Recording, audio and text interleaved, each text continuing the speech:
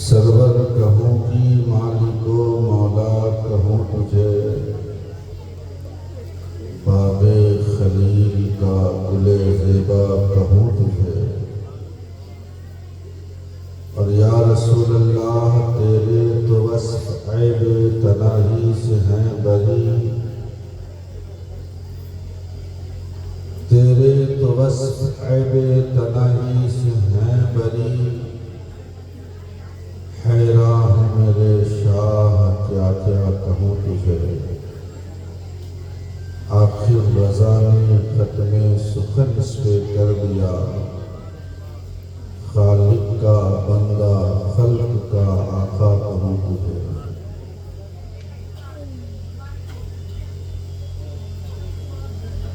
ہم لوگ بڑی دور سے آئے ہیں، حضرت علامہ و مولانا غلام غوث رضا امجدی حافظ محمد نوشاد عالم صاحب رضوی، حافظ محمد شمیم صاحب اور یہاں کے یہ اس گاؤں کے تمام علماء یا حفاظ اور آپ سب کی محبت نے ہم لوگوں کو یہاں تک کھینچ لائی ہے۔ ذکر کرنا بیجا نہ ہوگا حضرت حافظ محمد سہراب عالم صاحب رضوی کا، اللہ ان کی قبر میں انہیں کروٹ کروٹ کروڑوں جنت نصیب فرمائے۔ آمین۔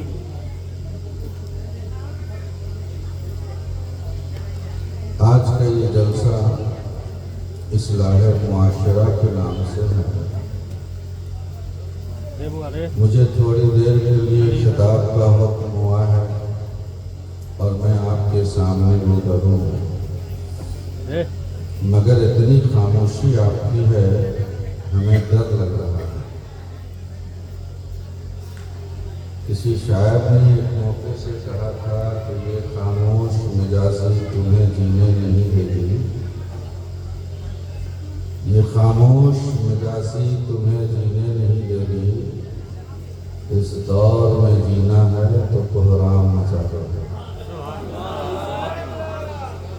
تھوڑا آپ بولیے، تھوڑا ہم لوگ بولیں، اسٹیج اور عوام کا کنیکشن رہے تو پھر انشاءاللہ یہ جلسہ بڑی دیر تک چلے گا اور بہت کامیاب ہوگا انشاءاللہ۔ جو لوگ کسی وجہ سے جا چکے ہیں میں ان سے گزارش کرتا ہوں کہ ساری زندگی اور زندگی کی اکثر راتیں تو ہمیں سونا ہی ہے، کیا زندگی کی ایک رات ہم اپنے نبی کے نام پر قربان نہیں کر سکتے؟ یہ بھائی جنت کے طلبگار ہیں، نبی کی شفاعت کے امیدوار ہیں، اور جو کچھ بھی ہمیں ملا ہے وہ اسی نبی کے صدقے میں ملا ہے، چاہے ہماری زندگی ہو، چاہے ہماری سانسیں ہوں، یا آنکھوں میں بصارت ہو، کانوں میں سماعت ہو، زبان میں گویائی ہو، دلوں میں دھڑکنیں ہوں، یہ سب کچھ تو اسی نبی کا صدقہ ہے۔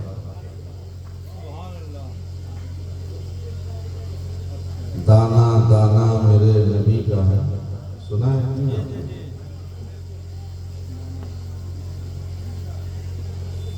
جو کچھ بھی ملا ہے سب حضور کے صدقے میں ملا، تو حضور کی محبت میں کیا ایک رات ہم قربان نہیں کر سکتے؟ اس لیے جو لوگ گئے ہیں میں ان سے گزارش کروں گا کہ میرے بعد بھی ابھی آپ کو تقریر اچھی سماعت کرنی ہے تو آپ مزاج بنا کے رکھیں کہ آج کی رات مصطفیٰ جان رحمت کے نام پر قربان ہے انشاءاللہ، ٹھیک ہے؟ آپ سنیں گے تو محبت سے انشاءاللہ۔ جتنے لوگ جا رہے ہیں ایک مرتبہ ہاتھ اٹھا کر کہہ دیجئے یا رسول اللہ، کسی کا ہاتھ نیچے نہ رہے، اٹھا کے رکھیے یا رسول اللہ، اور پیار سے بولیے یا رسول اللہ۔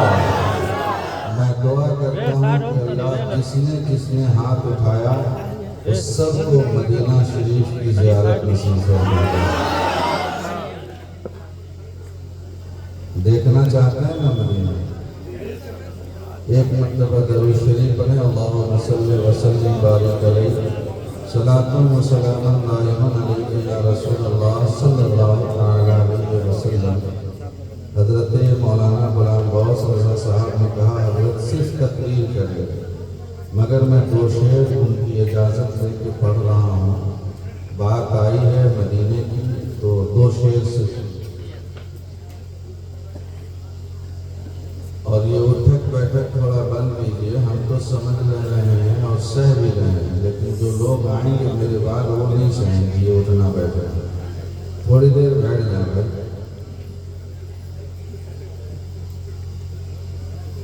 جس کو مدینہ جانا ہے اور حضور سے محبت ہے وہ ضرور سبحان اللہ کہے گا، اور پیار سے نا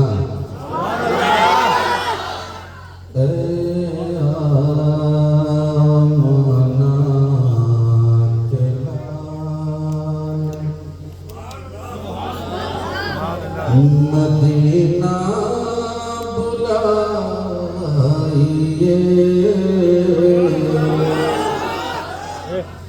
جس کو جانا ہے وہی بولے گا سبحان اللہ۔ اے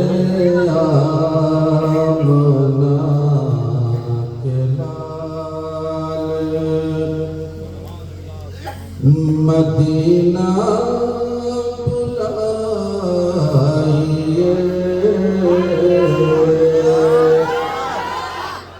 اے آمنہ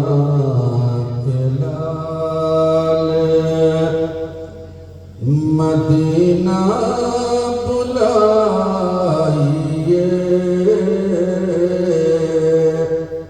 اور مرنے سے پہلے گنبد خضرا دکھائیے،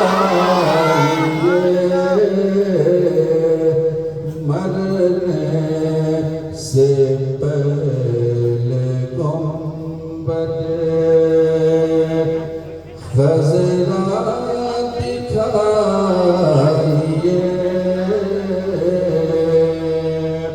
اور یہ شعر اپنے علماء کے حوالے کہ آنکھیں ترس رہی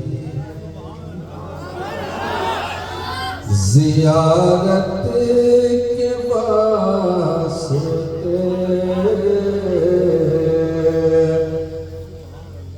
ایک صحابی رسول ہیں آنکھوں سے معذور تھے، حضور کی محبت کیا ہوتی ہے اور حضور کا دیدار کرنے کی جو تڑپ ہوتی ہے وہ تڑپ کیا ہوتی ہے، کیونکہ میرے تقریر کا جو عنوان ہے اس عنوان میں محبت مصطفیٰ بھی ہے اور عظمت والدین بھی ہے، تو ذرا دل سنبھال کر بیٹھیے، تھوڑی دیر بولیں گے مگر انشاءاللہ موضوع پر ہی انشاءاللہ بیان ہوگا۔ صحابی رسول ہیں آنکھوں سے معذور، آنا جانا حضور کی بارگاہ میں لگا رہتا تھا، نماز حضور کی ابتدا میں، محفل رسول اللہ کی بیٹھنا اٹھنا ہوتا تھا، برسوں گزر گئے، ایک دن دل میں خیال آیا اور عرض کرتے ہیں یا رسول اللہ دعا کرتے ہیں دل میں، آپ کی انگلی اٹھے تو ڈوبا سورج پلٹ آتا ہے، آپ اشارہ کریں تو چاند 2 ٹکڑے ہوتے، حضور آپ کسی کی آنکھ نکل جائے اور آپ لعاب دہن لگا کے اس کی آنکھ اس کی جگہ سیٹ کر دیں تو آنکھ ٹھیک ہو جائے، کسی کا پاؤں ٹوٹ جائے تو لعاب دہن لگا دیں تو وہ پاؤں ہمیشہ کے لیے صحیح ہو جائے، ابو بکر صدیق کے انگوٹھے میں سانپ ڈنک مار لے، حضور لعاب دہن لگا دیں تو سانپ کا زہر ختم ہو جائے، حضرت علی کی آنکھوں میں آشوب چشم ہو جائے، حضور لعاب دہن لگا دیں تو آشوب چشم کی تکلیف دور ہو جائے، سرکار جو کچھ بھی ملا ہے آپ کے صدقے میں ملا ہے، یا رسول اللہ دعا کر دے کہ اللہ میری آنکھوں میں روشنی دے دے۔ یہ تڑپ تھی صحابی رسول کی، عرض کرتے حضور دعا کر دے میری آنکھوں میں اللہ نور عطا فرما دے۔ جیسے سب دیکھتے ہیں ویسے ہم بھی دیکھنے لگے۔ دریائے رحمت جوش میں تھا مصطفیٰ۔ آقا کریم صلی اللہ علیہ وسلم نے ہاتھ اٹھا دی۔ شمیم نظامی عرض کرنا چاہتا ہے مسجد کا امام اگر پانی میں دم کر دے تو بیمار کو شفا مل جائے، پیر دعا کر دے تو بگڑے ہوئے کام بن جائیں۔ سوچو ذرا مصطفیٰ دعا کر دے تو پھر کیا نہیں بن جائے گا؟ کون سی مصیبت ہے جو ٹل نہ جائے؟ کون سی بات ہے جو رب قبول نہ فرما لے؟ مدینے کی سرزمین پر نبی کے کونوں مکان ہاتھ اٹھایا ہے، دعا کی ہے، اور جیسے ہی لب آئے مصطفیٰ لے ہیں اور دعا کیا ہے نبی نے، تو اس نابینا صحابی کی آنکھوں میں روشنی پلک گئی۔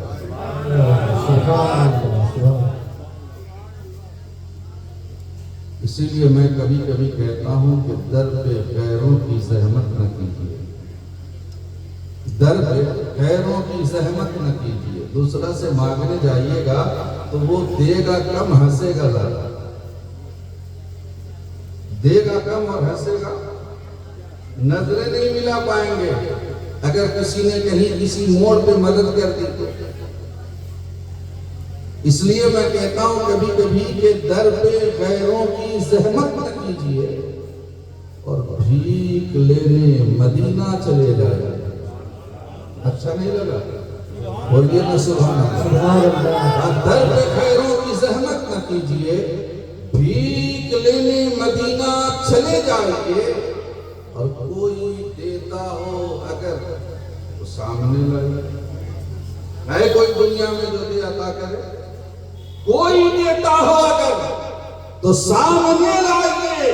عجیب بریلی کے امام کہتے ہیں کون دیتا ہے دینے کو مجھ چاہیے، دینے والا ہے سچا ہمارا کہا حضور دعا فرما دے میری آنکھوں میں روشنی آئے۔ نبی نے دعا کی، آنکھوں میں روشنی آئی۔ اب جب برسوں سے نہ دیکھنے والا آدمی اچانک دیکھنے لگ جائے تو وہ کیا کرے گا؟ ہم اور آپ ہوتے تو کہتے بس آنکھیں مل گئی دوڑے کر، بال بچوں کو دیکھ لیں، گھر والوں کو دیکھ لیں، رشتہ داروں کو دیکھ لیں، یہ دیکھ لیں وہ دیکھ لیں۔ مگر محبت مصطفیٰ کیا ہے؟ تو آنکھوں میں جیسے ہی نور آیا، پہلے دیکھ نہیں پا رہے تھے، اب جب دیکھنے لگے تو آئے مصطفیٰ سے، آقا کی عطاؤں سے جب دیکھنے لگے تو گھر کی طرف دوڑنے لگے، رشتہ داروں کو نہیں آواز دیا، خاندان والوں کو نہیں پکارا، بس ایک نظر ڈالی مصطفیٰ جان رحمت کے رخ انور پہ، اور ایک نظر بس دیکھتے ہی رہ گئے۔ جی بھر کے دیکھے، چاروں طرف سے دیکھے، کبھی لب مصطفیٰ دیکھ رہے ہیں، کبھی رخسار مصطفیٰ دیکھ رہے ہیں، کبھی زلف مصطفیٰ دیکھ رہے ہیں، کبھی ید مصطفیٰ دیکھ رہے ہیں، کبھی پائے ناز مصطفیٰ دیکھ رہے ہیں۔ بڑی دیر تک دیکھتے رہے، وقت بہت ہو گیا، حضور جانے لگے اٹھ کے۔ اللہ کے نبی جب جانے لگے تو صحابی رسول نے عرض کیا کہ یا رسول اللہ ایک کرم اور فرما دیں۔ کہا اور کیا؟ کہا حضور اب دعا کر دیں کہ میری آنکھ جیسی تھی ویسی ہی ہو جائے، میری آنکھ جیسی تھی ویسی ہی ہو جائے۔ جو لوگ سامنے بیٹھے تھے نا ساتھی، صحابہ کا جو مجمع تھا، ان لوگوں میں سے کسی نے کہا صاحب ابھی تو آنکھوں کی روشنی کے لیے دعا کر رہے ہیں، بڑی مشکل سے نبی کے ہاتھ اٹھے دعا کر دیا، رسول اللہ نے آنکھوں میں روشنی آ گئی، اور اب کہتے ہو کہ جیسی تھی ویسی ہی ہو جائے۔ حضور دعا کر دے، معاملہ کیا ہے؟ آپ نے اپنے علماء سے سنا ہوگا، اپنے امام صاحب سے ضرور سنا ہوگا کہ قیامت کا جب دن ہوگا تو اللہ تعالیٰ ہر آدمی سے اس کے کیے دیکھے کا حساب لے گا. دینا ہے کہ نہیں انسان؟ اللہ پوچھے گا نا میں نے تمہیں آنکھیں دی تو کیا دیکھا. اللہ پوچھے گا میں نے تمہیں ہاتھ دیا تو ہاتھ سے کیا کیا. اللہ پوچھے گا میں نے کان دیے تو تم نے کان سے کیا کیا سنا. اللہ پوچھے گا میں نے زبان دی تو تم نے زبان سے کیا کیا کہا. پاؤں دیے تو چل کے کہاں کہاں گئے. ہمارے سماج اور ہمارے معاشرے کے نوجوانوں اور 24 آورز موبائل کے اسکرین پہ نظریں ڈالنے والوں، ہماری ماں بہن بیٹیوں، آپ بھی سنو، آج زمانہ کتنا بدل گیا ہے. ہمارے دلوں میں خدا کا خوف نہیں رہا، آنکھوں میں شرم و حیا نہ رہی، نہ نبی کی حیا رہی آنکھوں میں، نہ دل میں خدا کا خوف رہا.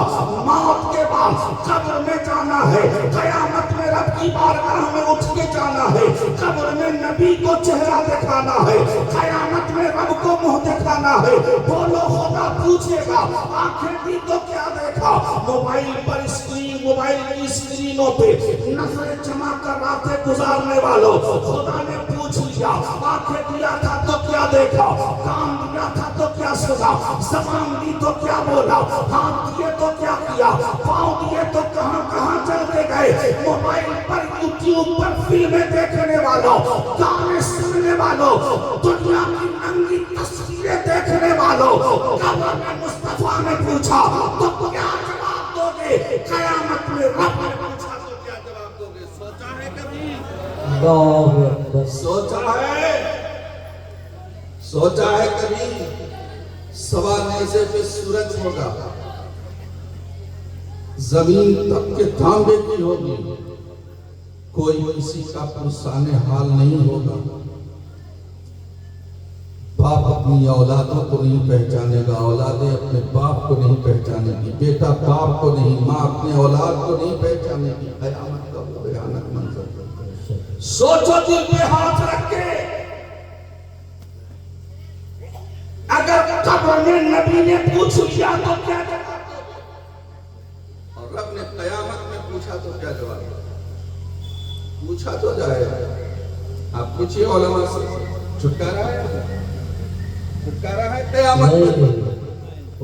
پوچھا جائے گا نماز پڑھے کہ نہیں پڑھے، روزہ رکھا کہ نہیں رکھا، قرآن پڑھا کہ نہیں پڑھا، آنکھیں دی تو کیا دیکھا.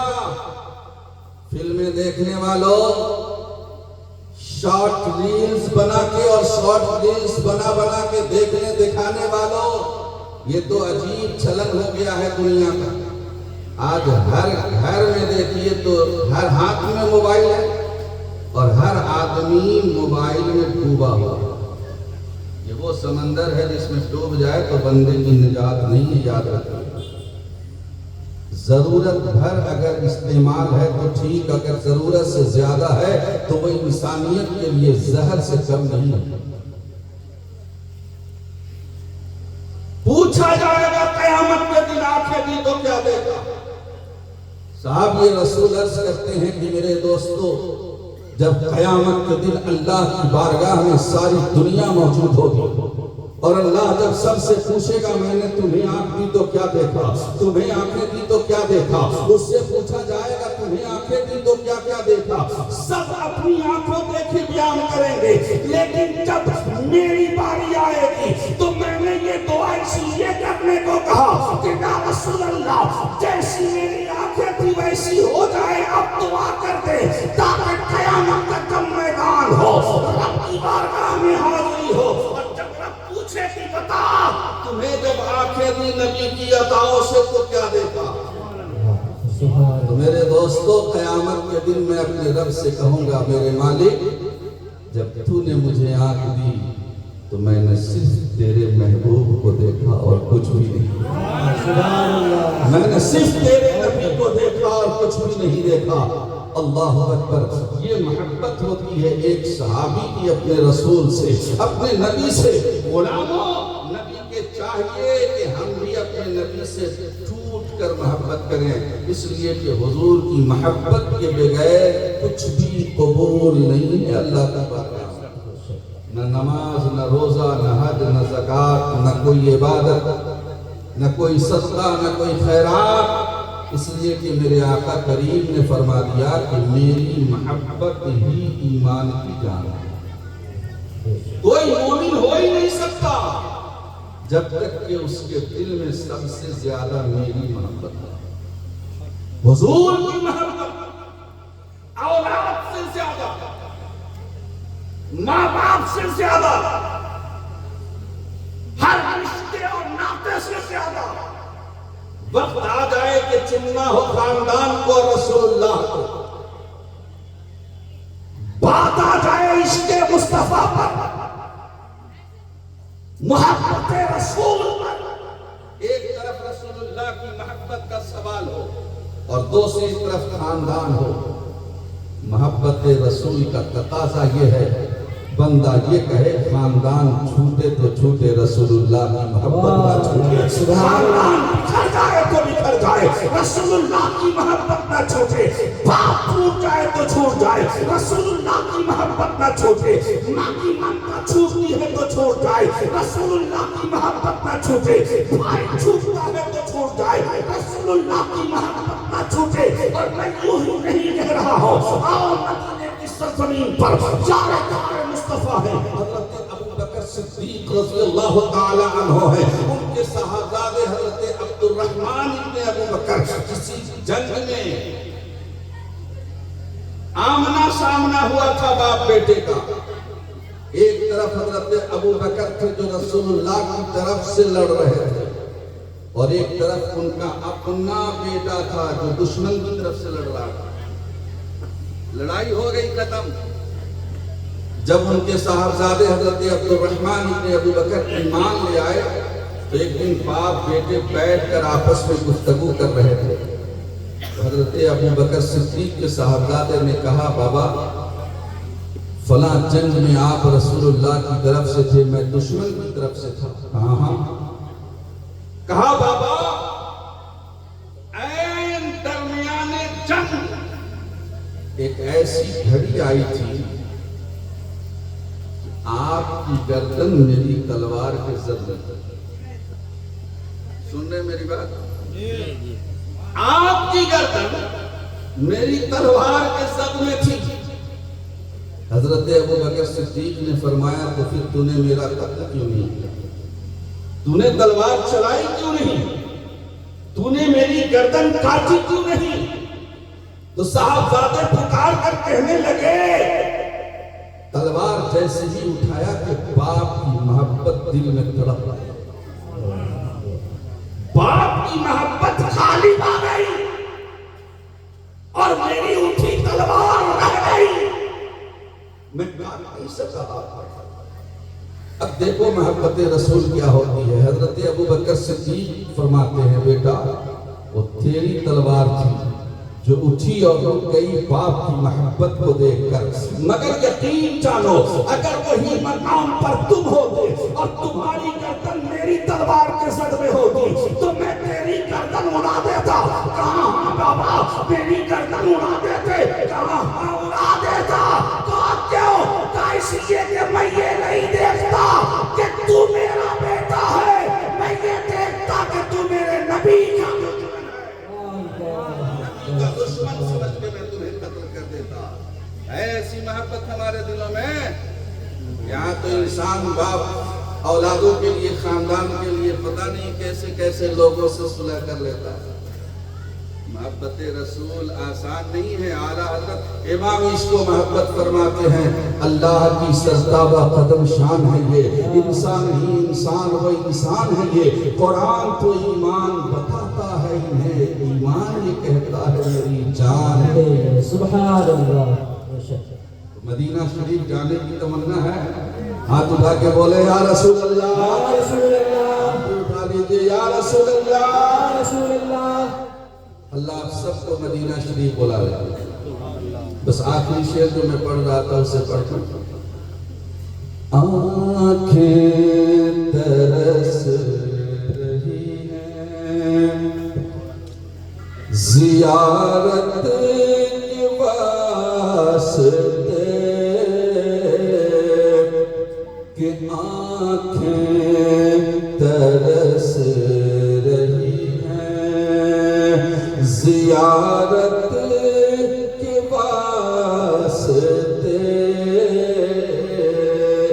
ایک دن حضور خواب میں ایک دن حضور خواب میں تشریف لائیے ایک دن حضور خواب میں تشریف لائیے جلوہ دکھائیے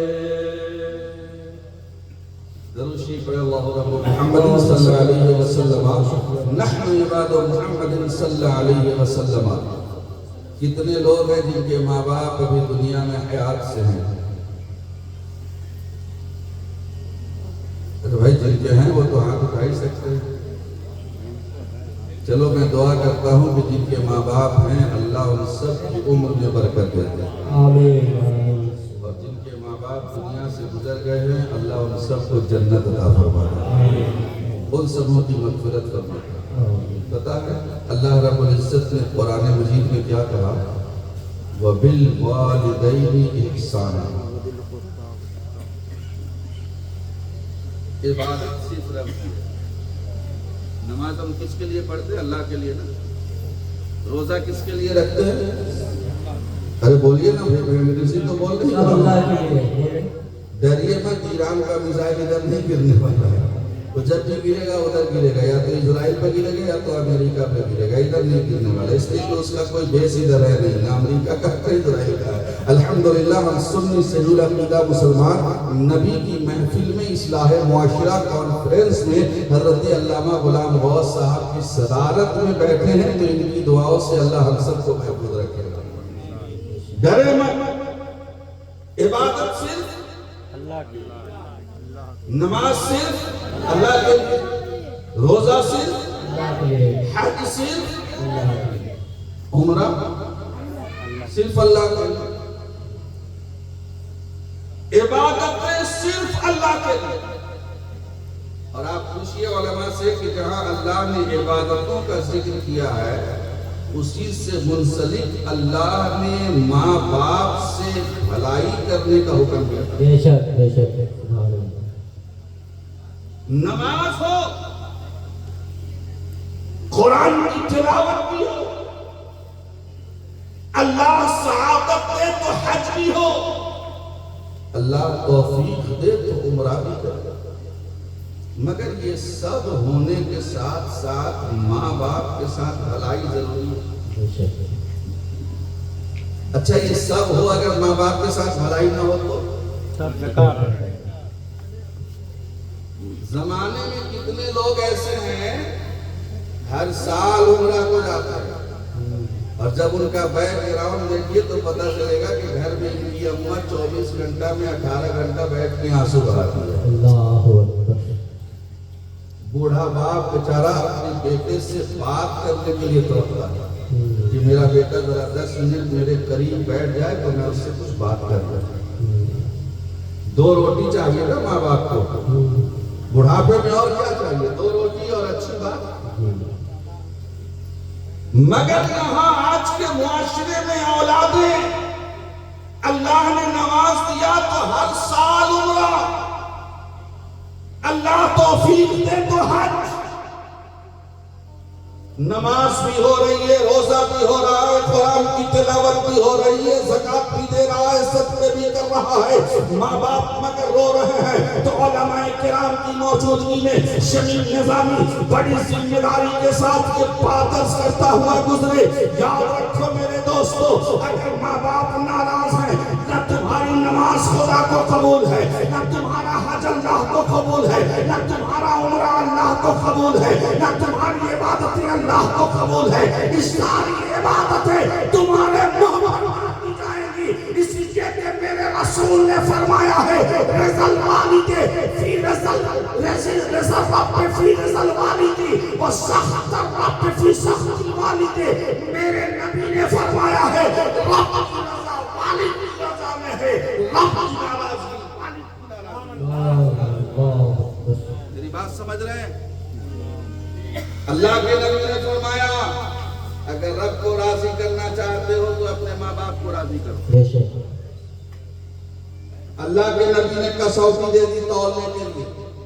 کہا پرکھنا چاہتے ہو پرکھ لو کہ تیرا رب تجھ سے راضی ہے کہ نہیں راضی ہے. کہا کیسے پرکھیں گے؟ کہا اگر تیرے گھر میں آنگن میں بیٹھی تیری ماں تجھ سے راضی ہے، اگر تیرے دروازے پہ بیٹھا تیرا باپ تجھ سے راضی ہے تو سمجھ جا تجھ سے تیرا رب بھی راضی ہے، مدینے کا مصطفیٰ بھی راضی ہے. اور اگر یہ دونوں ناراض ہیں تو سمجھ جا کہ تجھ سے تیرا رب بھی ناراض ہے. جہاں عبادتوں کا ذکر ہے اللہ نے کہا اپنی عبادتوں کا ذکر کیا وہیں پہ بیان کیا وَبِالْوَالِدَيْنِ إِحْسَانًا. اپنے والدین کے ساتھ بھلائی کرو بھلائی. مگر آج کا نوجوان تو دنیا میں اتنا مستدرک ہے، ڈیوٹی سے آیا السلام علیکم ابا جی، گھر میں گھس گیا 2 منٹ گھر میں آرام کیا، چائے ناشتہ کیا، نکل کے دوستوں کے پاس چلا گیا، پھر گھوم پھر کے رات کو آیا. ابا انتظار کر رہے بیچارے کی بات بیٹا آئے گا 2 منٹ باتیں کر لے گا میرا دل بہل جائے گا میں بھی سو جاؤں گا. ماں انتظار کر رہی ہے بیٹا آئے تو 2-4 باتیں کر لے اپنے دل کی، مگر بیٹا تو دوستوں میں گھومتا پھرتا رہا. جب وقت کافی ہو گیا گھر کو آیا کھایا پیا سو گیا. صبح جلدی نکل گیا ڈیوٹی جانی ہے. میرے عزیز دوستوں اور یہاں کے مسلمان بھائیوں سنو، اور آج کا نوجوان معاشرہ خاص طور سے سنو، اپنے ماں باپ کو تھوڑا وقت دو. بوڑھے ماں باپ کو تھوڑا سا وقت. میں نے پڑھا کہ حضور اکرم صلی اللہ علیہ وسلم نے فرمایا ہے ایک شخص ملک شام سے نبی کی بارگاہ میں آیا. سنیے بڑی بات، ایک بات سنیں، بڑی پیاری گفتگو آئی، بڑی بات ذہن میں آئی بڑی اچھی. ایک شخص حضور کی بارگاہ میں آیا، صحابی رسول ہے، ملک شام سے سفر کرتے ہوئے مدینہ شریف آئے، اور آ کر انہوں نے حضور سے کیا کہا کہ حضور اب میں نے ارادہ کر لیا ہے کہ جتنی زندگی بچی ہے سب آپ کے قدموں پہ قربان کر دوں. اچھا یہ تمنا کتنی اچھی ہے کہ حضور بس آپ ہی کے ساتھ رہنا ہے، اب میں پلٹ کے کبھی شام نہیں جاؤں گا، اب پلٹ کے کبھی اپنے وطن نہیں جاؤں گا. یا رسول اللہ میں مدینہ شریف میں ہی رہوں گا، آپ کی خدمت و غلامی میں ہی رہوں گا. بولو یہ تمنا خراب ہے؟ یہ فکر یہ سوچ کیا غلط ہے کہ یا رسول اللہ بس آپ ہی کے در پہ رہنا ہے، حضور آپ کی گلیوں میں زندگی بسر ہو جائے اور کچھ نہیں چاہیے. بڑی اچھی بات تھی نا کہ حضور میں آپ ہی کے در پہ رہنا چاہتا ہوں، جو ٹکڑے ملے کھا کر گزارا کر لوں گا، حضور اب پلٹ کے کہیں نہیں جانا. آج کل کے پیر صاحب سے اگر کوئی ان کا مرید کہہ لے تو سمجھ جائے، پیر صاحب تو سمجھ جائیں گے کہ دیکھو بنا بنا ہے تحفہ اللہ کی طرف سے مل گیا، فری کا خاتم بھی مل گیا. حضور نے کیا پوچھا ان سے جب انہوں نے کہا کہ حضور آپ ہی کی بارگاہ میں ساری زندگی اب گزارنی ہے تو کیا کہا انہوں نے؟ آقا کریم فرماتے ہیں بتاؤ تمہارے گھر میں تمہارے ماں باپ ہیں کہ نہیں؟ کہا حضور ہم ماں باپ کو ہیں.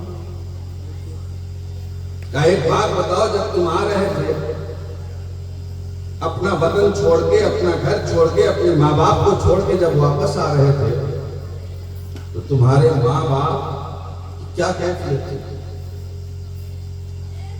اجازت لے کر آئے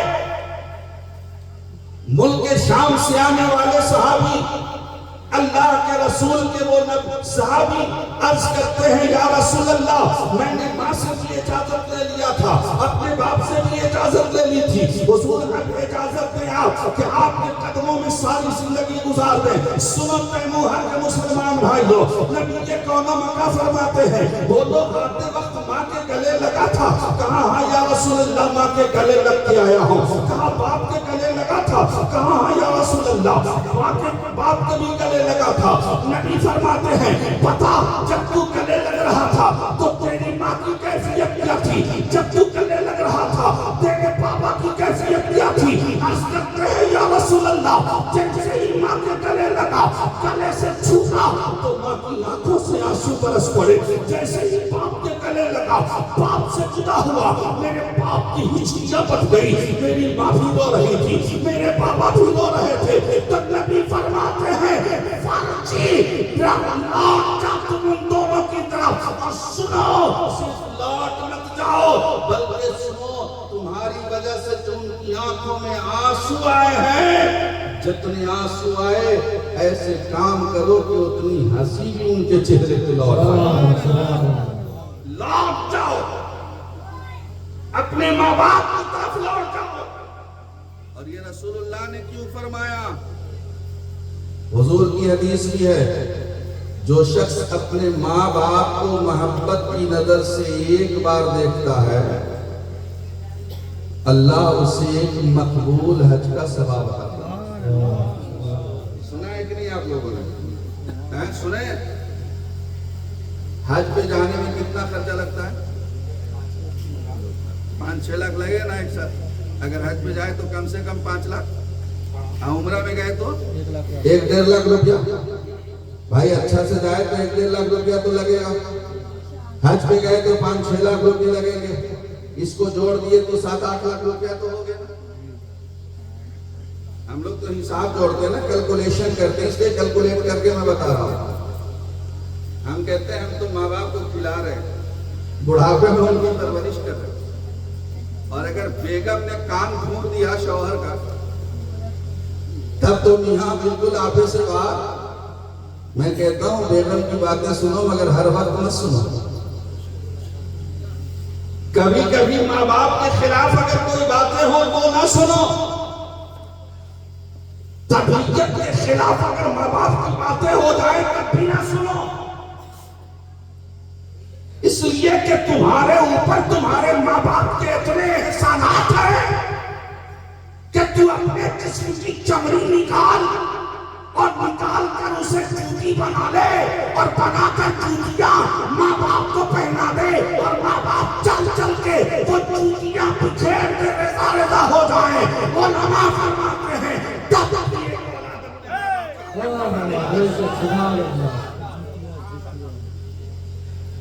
تب بھی ایک اولاد اپنے ماں باپ کا حق ادا نہیں کر سکتی.